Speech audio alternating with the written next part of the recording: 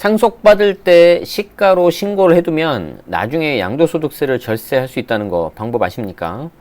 물론 이제 상속이라는 거는 상속이 개시가 돼야 되는데 말 그대로 이제 피상속인이 이제 사망을 하셔야 되죠. 그래서 좀 사실 좀 생각하기 싫은 그런 케이스잖아요. 하지만 유비무환이라는 말이 있듯이 미리 알아두시면 도움되는 내용들이 있을 거고요. 나는 상속세 낼 일이 없는데 라고 생각하실 수 있는데 특히 최근에 서울에 집 한 채 있으신 분들은 그 한 채의 집도 굉장히 많이 오르고 있기 때문에 올랐기 때문에 상속세를 내실 수도 있습니다. 그래서 좀 미리 준비하자는 차원에서 그리고 최근에 있었던 내용들을 좀 제가 반영해드리고 싶어서 이 기사를 가져왔습니다.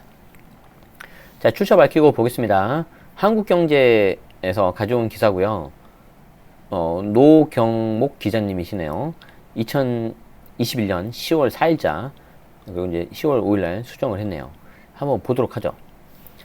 자, 집 상속받을 때 시가로 신고해두면 나중에 양도소득세 절세 가능하다. 아까 서머리가 있었는데 서머리가 좀 줄어든 것 같거든요. 요걸 좀 잠깐 볼게요. 제가 이제 광고 없으니까 이것까지 사라져 버렸나봐요. 자, 상속세를 활용해서 양도세 아끼는 방법. 이제 상속세라기보다는 이제 그 신고 기한이 있거든요. 6개월. 이때 상속세 신고를 안 하면 시가 대비 30에서 50%가 낮은 공시가격으로 결정이 된다. 그러니까 대부분은 뭐 이런 거 신고해야 될 이유가 있나? 하고 그냥 넘어가거든요. 왜냐면 특별하게 세금이 나오는 경우가 많이 없어서 그래요. 이것저것 공제 받으면. 그런데 집을 한 채를 내가 상속을 받았는데 이걸 신고 안 하면은 해당 주택의 시가가 아니라 이거보다 낮은 공시가격으로 그냥 결정이 되는데 나중에 언젠가 그걸 팔 수 있지 않습니까? 그러면은 이때 신고 안 한 이 낮은 공시가격 얘가 취득가가 돼버려요. 그럼 취득가가 낮다는 거는 나중에 양도차익이 커진다는 거죠. 그렇기 때문에 이거를 제때 좀 신고를 하는 게 좋다는 겁니다. 상속주택 시가로 신고하면 매매차익, 나중에 양도차익이 줄어들기 때문에 양도세를 낮출 수 있다. 근데 이걸 언제 해야 되냐? 6개월 하는 게 좋다. 그리고 6개월을 설령 넘었다 하더라도 세무서 결정 전이라면은 기한 후 신고 통해서 시세대로 상속재산 신고할 수 있다. 요 내용입니다. 자, 한번 보도록 하죠. 일부 자산가들의 몫으로만 여겨지던 상속세 걱정이 중산층까지 번지고 있다. 집값 급등으로 서울 시내 웬만한 아파트 가격도 상속세 일괄 공제인 10억 원을 넘어섰기 때문인데 이게 이제 배우자가 있었을 때입니다. 배우자 공제 그리고 기본 공제 해가지고 일괄 공제하면은 보통 10억까지는 안 나오거든요. 근데 서울 아파트 중개 가격이 벌써 10억을 넘어섰죠. 올해 제가 최근에 본 게 11억 정도 이렇게 되는 걸로 알고 있거든요. 자, 하지만 상속세를 내는 것이 부담으로만 작용하는 것은 아니라고 전문가들은 설명한다. 미래에 납부해야 될 주택 양도소득세를 줄일 수도 있어서다. 자, 그래서 여기 보시면 상속 신고에 따른 주택 양도세 차이. 2013년 4억 원에 취득한 다가구 주택을 2019년 상속받아서 올해 15억 원에 처분했다. 자, 그러면 상속 시점에 만약에 12억으로 시가로 상속세 신고를 했다. 그러면 이때는 양도세가 9,300 나온다는 겁니다. 상속세는 3천만 원 정도 나오고. 그런데 만약에 이거를 신고를 안 했다. 그러면은 관할 지자체 세무서에서는 그냥 기준시가 8억 4천으로 가버려가지고 이게 2억 4천 이렇게 나올 수가 있다는 거죠. 이게 이제 어떻게 보면 가장 핵심인데 간단하게 좀 설명을 먼저 좀 들어볼게요. 물론 내 맘대로 다 그냥 시가로 신고하는 건 아닙니다. 감평 받으셔야 됩니다. 자, 이제 이때 상속이 이렇게 개시가 되고요. 보통은 이 6개월 내에 이렇게 해줘야 되거든요. 요 사이에. 근데 만약에 이때 특별히 뭐 안 했다. 그러면 이때 기준시가로 들어간다는 거예요. 그럼 사례 같은 경우에는 이게 이제 기준시가가 이제 8억 4천이지 않습니까? 그러다가 나중에 언젠가는 양도를 하겠죠. 그러면 이 양도 차익이 그만큼 클 거잖아요. 양도 차익이. 그래서 이때 양도세가 2억 4천 정도가 나온다는 겁니다. 왜 그러냐면 이거를 15억 원에 처분했기 때문에 이때 15억하고 8억 4천 그러면 얼마입니까? 아, 이제 계산기를 쓰면요. 이런 것도 계산기를 두드려야 돼요. 자, 6억 6천. 6억 6천이니까 대략 2억 4천 정도 나오겠네요. 일반 과세일 때입니다. 이것도 중과 맞으면은 이제 답 없죠. 자, 그런데 내가 6개월 안에 별도로 신고를 했다는 거예요. 신고를 했다. 시가대로. 그러면 이게 12억이 되는 거죠. 그러면 이렇게 하면은 양도 차익이 3억으로 줄잖아요. 3억으로 주니까 이때 세금은 양도세는 한 9,300만 원 정도, 대략 한 1억 정도라고 보시면 되네요. 자, 그런데 이때 12억으로 신고를 하지 않았습니까? 그럼 12억으로 신고를 했기 때문에 보통 10억까지는 상속세가 안 나오잖아요. 그러니까 이제 초과 분에 대해서는 상속세가 이제 3천만 원 정도 나온다는 거죠. 그런데 어차피 상속세 3천, 양도세 9,300, 그러니까 1억이죠. 1억 3천 내느니 1억 3천 내는 게 낫다는 거죠. 요 2억 4천 내는 것보다. 이해되죠? 그래서 이게 이제 오늘 드리고 싶은 말씀 중에 이제 핵심입니다. 핵심. 자, 한번 볼까요? 그래서 요걸 이제 보시고 난 다음에 이제 이거를 이제 보면은 훨씬 더 이해가 좀 빠른 거죠. 이제 좀 디테일한 것들이 나올 거예요. 자, 부모 등의 사망으로 물려받은 주택에 대해서 상속 신고를 하면 해당 시점 신고가액이 취득금액으로 인정받는다. 최근의 집값 상승세 감안하면 사망한 피상속인이 처음 주택을 매입했을 때보다 높은 가격에 상속인이 주택을 취득한 것으로 인정돼서 이후 매도 금액과 비교한 양도취익이 줄어든 효과가 있다. 2013년 4억 원에 취득한 다가구 주택을 2019년 배우자와 자녀들이 상속받은 사례를 살펴보자. 아까 우리가 본 거죠.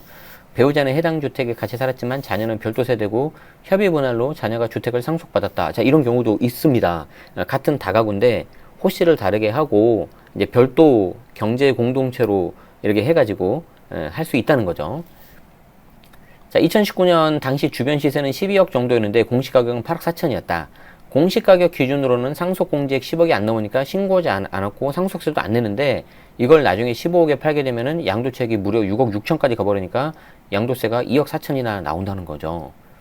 자, 그런데 이제 이거를 내 맘대로 그냥 하는 게 아니고요. 이제 여기 이제 보시면 나오는데, 자, 만약 2019년 상속 시점 당시에 감정평가 등을 통해서 시세인 12억 원의 상속신고를 했다면 양도세가 크게 줄어든다.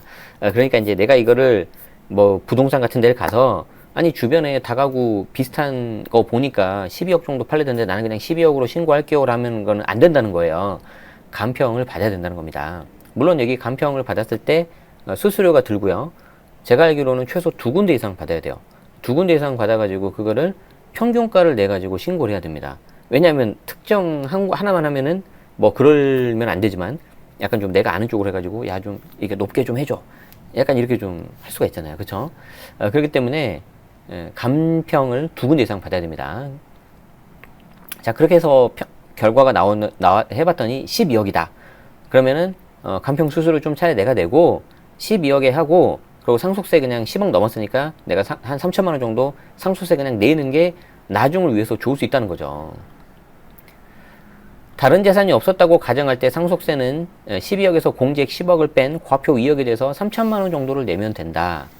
양도세는 3억 원의 양도차익에 대해서 부과되기 때문에 9,300, 대략 한 1억 정도. 3억이 1억, 그렇죠. 1억 정도 나오죠. 이 정도는 좀 외워두시면 좀 편해요. 그럼 계산이 좀 빨라요.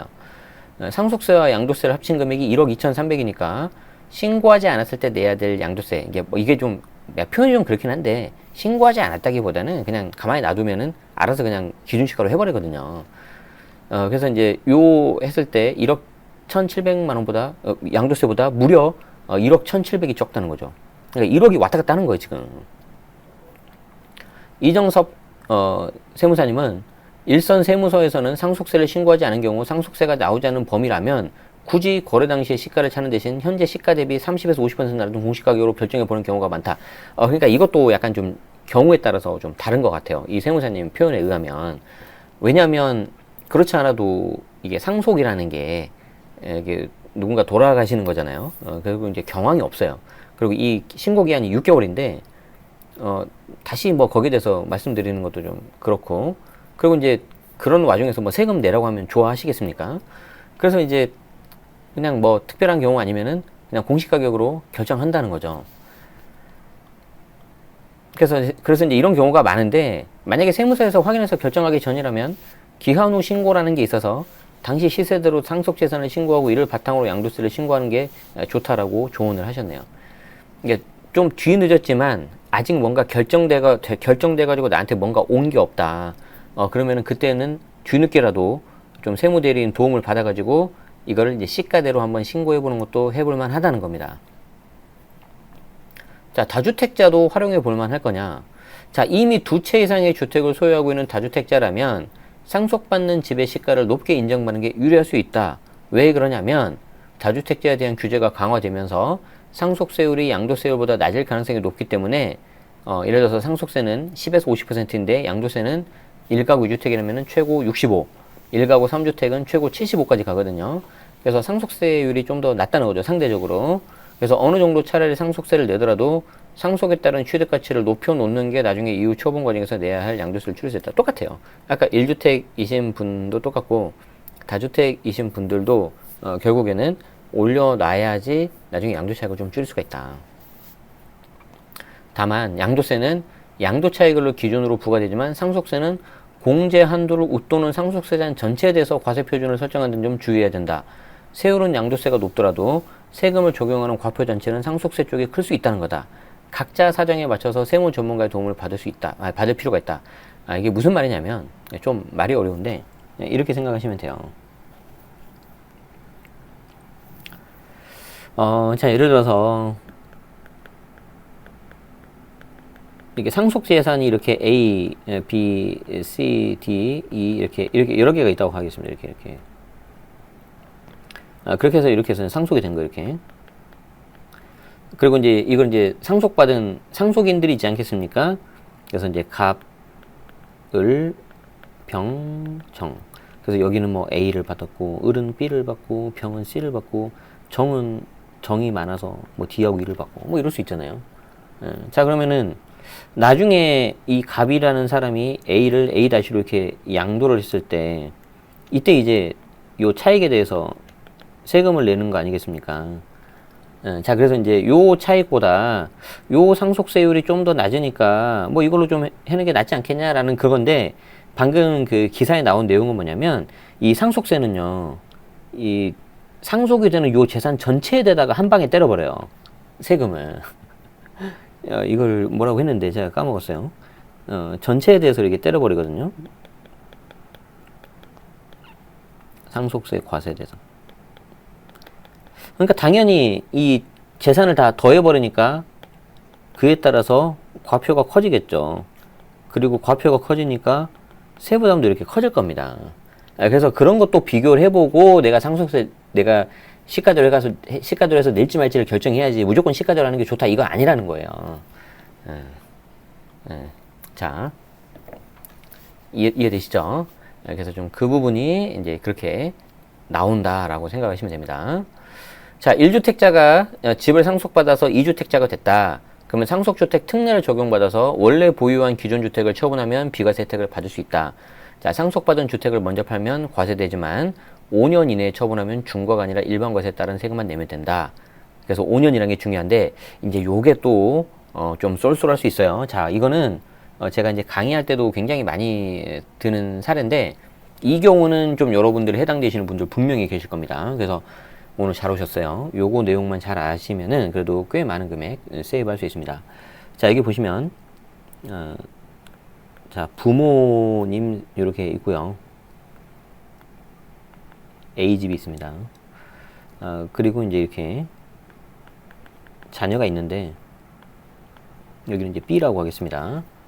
자, 그래서 이제 상속이 개시가 됐어요. 상속이 개시가 됐다는 거는 이제 부모님 돌아가셨다는 거죠. 그래서 이제 요거를 요렇게 되면, 자, 자녀 입장에서 한번 생각을 해보시죠. 자녀 입장에서 생각을 해보면은 먼저 B가 있었고요. 나중에 이제 A를 받는 거 아닙니까? 근데 이게 상속받은 거죠. 근데 주택수가 몇 개예요? 2주택이 되는 거죠. 2주택이 되니까 여기에 대해서 너는 다주택자니까 뭐 규제도 들어가고 뭐 징벌적 과세가 들어가고 그러면 기분이 좋겠어요? 안 좋겠어요? 당연히 안 좋죠. 아니 지금 그렇지 않아도 우리 부모님이 돌아가셔서 슬픔에 잠겨 있는데 나는 그 부모님이 살던 그 집을 당연히 그냥 상속만 받았을 뿐인데 주택수 2주택이라고 나한테 그렇게 하면은 되냐? 충분히 일리가 있지 않습니까? 자, 그래서 여기서 이제 어떤 게 중요하냐면 순서가 중요합니다. 순서. 이게 굉장히 중요해요. 굉장히. 자, 순서가 굉장히 중요한데 자녀 입장에서 1번 주택은 B입니다.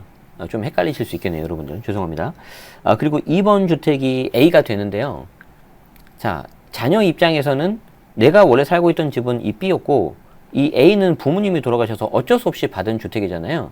자, 그래서 이 경우에는 특례로 요때 상속을 받은 A주택을 주택수에서 빼줘 버립니다. 주택수에서 빼줘 버리기 때문에 이때는 이 B주택을 언제 팔더라도 비과세가 가능해요. 언제 팔더라도. 근데 중요한 게 B를 파셔야 돼요. 나중에 받은 상속주택을 팔면 안 됩니다. 자, 그래서 여기까지 일단 따라오셨죠. 아직 좀 어려우시면 다시 좀 뒤로 가서 들으셔야 돼요. 왜냐면 여기서 계속 응용을 할 거거든요. 자, 그런데 나는 B를 팔아서 비과세를 받고 A로 이사 갈 수도 있잖아요. 그럴 수 있는데 이 A와 B의 투자 가치가 굉장히 다를 수 있죠. 뭐 B는 중심지고요. 여기는 중심지가 아닌 그런 집이다. 그러면은 여기 A를 팔아야 될 수가 있죠. 자, 그러면 A를 팔 때 어떻게 팔 거냐? 여기서 A를 그냥 파시면 안 돼요. A를 그냥 파시면 안 되고 이 A를 투자 가치를 따져 봐 가지고 6개월 전후로 나눠 보셔야 됩니다. 자, 6개월 전에 판다. 무슨 말이에요? 투자 가치가 좀 낮다는 거죠. 6개월 전에 팔아버리면 이때는 양도 차익이 빵이 나와. 제로가 나와요. 제로가. 왜 그러냐면 6개월 안에 이걸 팔아버리면은 해당 가격이 매매가가 되면서 동시에 취득가가 돼버리거든요. 매매 사례가로 넣어가지고. 그래서 양도 차익을 빵으로 해서 양도세를 안 낼 수가 있어요. 대신에 이거는 비과세가 아니에요. 비과세가 아니기 때문에 반드시 신고를 하셔야 됩니다. 이게 응용 1번이에요. 자, 그런데 두 번째 응용 2번 6개월 있다 팔고 싶어. 6개월 있다가 언제 그럴까요? 투자 가치가 좀 있을 때. 예를 들어서 뭐 여기 집이 시골집인데 뭐 한 3년 후에 GTX가 들어온대요. 아니면 철도가 깔린대. 그럼 갖고 있어야죠. 갖고 있어야죠. 갖고 있어야 되는데 나중에 이거를 언젠가는 팔 거잖아요. 물론 계속 갖고 있을 수도 있지만 그럼 이때는 양도세도 나오고요. 차익도 좀 커지지 않겠습니까? 나중에 이제 뭐 호재 같은 게 다 반영이 되니까 뭐 한 5년 후에 팔 때 이때 세부담이 많이 나올 거잖아요. 이때 써먹을 수 있는 방법이 기사에서 나온 것처럼 간평을 받으시는 거예요. 간평을. 그리고 이때 간평은 요때 6개월 안에 하셔야 됩니다. 6개월 안에. 6개월 내에 하셔야 돼요. 6개월 안에.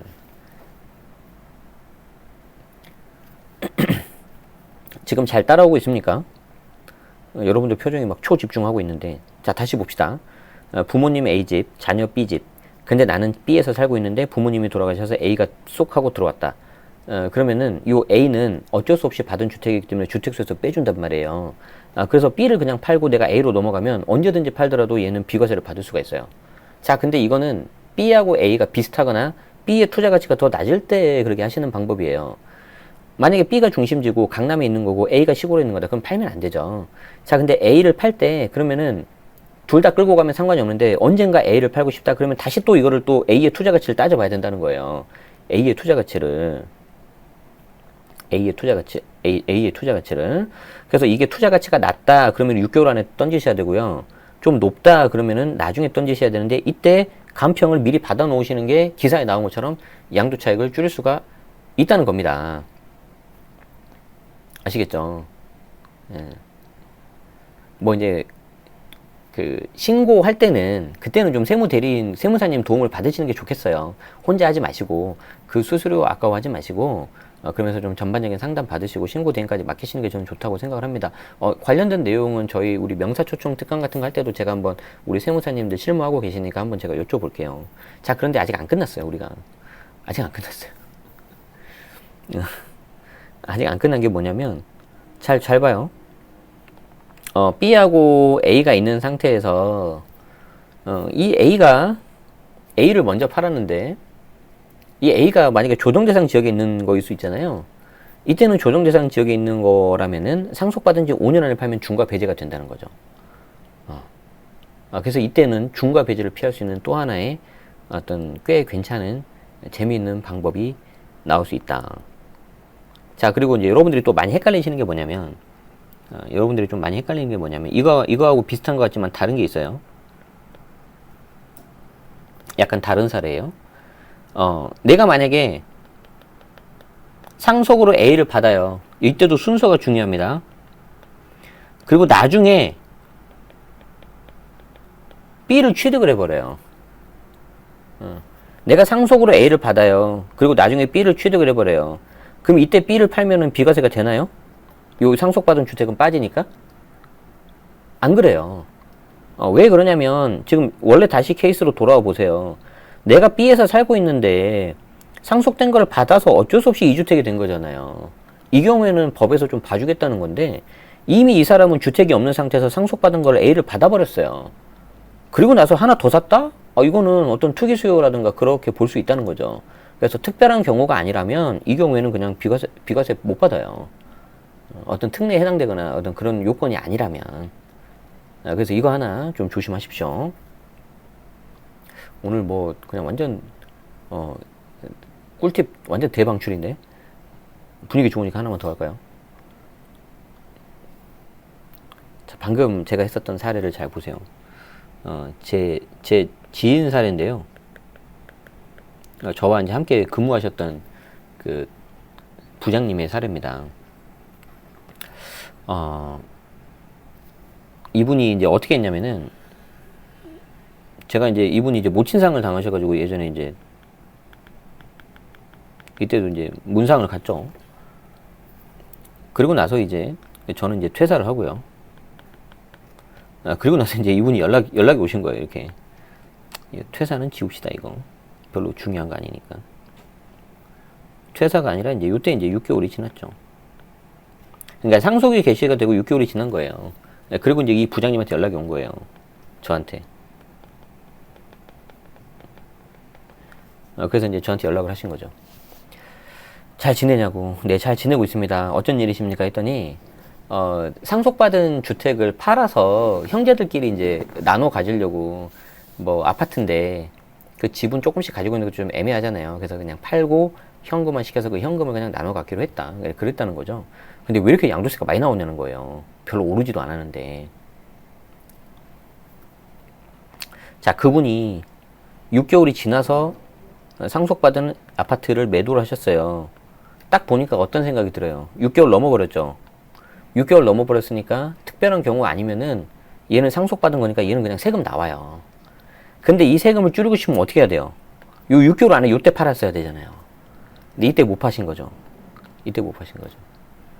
그래서 안타깝게도 상속이 개시가 되고 8개월 때 파셨더라고요. 8월 달에. 8개월 지나서. 그래서 제가 아이고 부장님 조금만 더 일찍 파시죠. 6개월 안에. 그쵸. 그래서 여러분들은 이거 이야기해 줄 수 있어야 돼요. 6개월 안에 좀 파셨으면은 깔끔하게 양도 차익 빵이 돼서 세금 좀 줄여서 파실 수 있었을 텐데. 그런데 여기서 끝이 아니에요. 여기서 끝이 아니에요. 요 아파트가 그냥 지역 시만 말할게요. 시 단위만. 쓰지 말아야지. 인천에서 인천. 여기 인천. 팔아야 돼, 안 팔아야 돼? 2년 전에. 2년 전 인천. 내가 쓰진 않아야지. 이런 데 쓰면 안 된다 그러니까. 말로 해야지. 2년 전 인천이에요. 팔아야 돼, 안 팔아야 돼요? 예? 팔아야 돼, 안 팔아야 돼요? 이거. 팔면 안 되죠. 그러니까 이 부장님이 저한테 연락을 좀 먼저 주셔가지고 팔기 전에만 연락했으면 저는 두 가지 코칭을 했겠죠. 6개월 안에 파십시오. 두 번째는 투자 가치를 보십시오. 근데 인천이라고요? 왜 팔아요? 팔지 마십시오. 아니 그때 거의 이제 상승장 끝물 가면서 이제 그 인고의 시간이 끝나면서 그때부터 이제 상승을 하려고 기지개를 피고 있는 그런 타이밍인데 왜 팝니까 그거를? 안타까웠어요.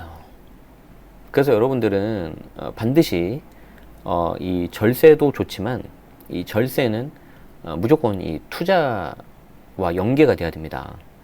그래서 비과세가 능사가 아니에요.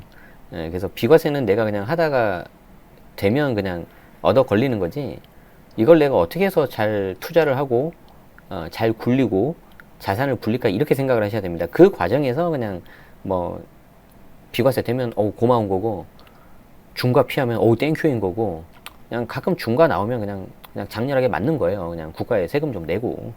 저도 작년이었죠. 작년에 3주택 중과 맞고 장렬하게 전사했었죠. 뭐 때로는 세금을 좀 많이 내는 게 여러분들한테도 도움이 될 수가 있습니다. 그리고 뭐 또 올랐으면 그만큼 또 내는 것도 필요하죠. 어쨌든 그렇습니다. 저는 그렇게 생각합니다. 도움되셨다면 좋아요, 구독 한번 부탁드리고요.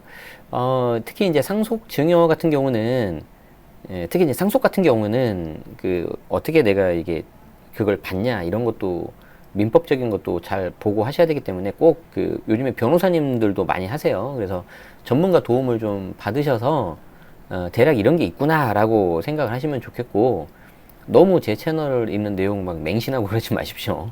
저도 사람이다 보니까 틀릴 수도 있고, 저는 또 어떤 전문가는 아닙니다. 그냥 제 개인 의견일 뿐이기 때문에, 대신에 한 가지는 제가 약속드릴 수 있습니다.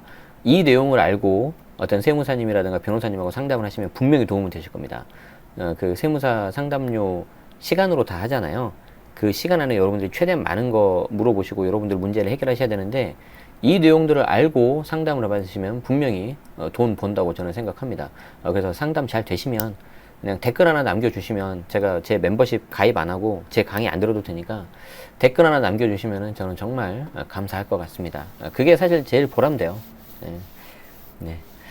그렇게 해가지고 하시고, 만약에 그렇게 식으로 해서 좀 도움을 받으셔서 계속해서 저와 좀 커뮤니케이션 하고 싶다 그러시면은 제가 고정 댓글에도 달아놓을 테니까 여기 멤버십 같은 것도 한번 참여하시면은 월 12,000원에 훨씬 더 많은 내용 들으실 수가 있겠습니다. 네, 이상 여기서 좀 마치고요. 2부 순서에는 세금 폭탄에 매물 쏟아진다고 믿고 있었는데 왜 이렇게 안 쏟아지는 겁니까? 여기에 대해서 매일경제 단독 기사 한번 보도록 하겠습니다. 잠깐 쉬었다가 2부 들어가도록 하고요.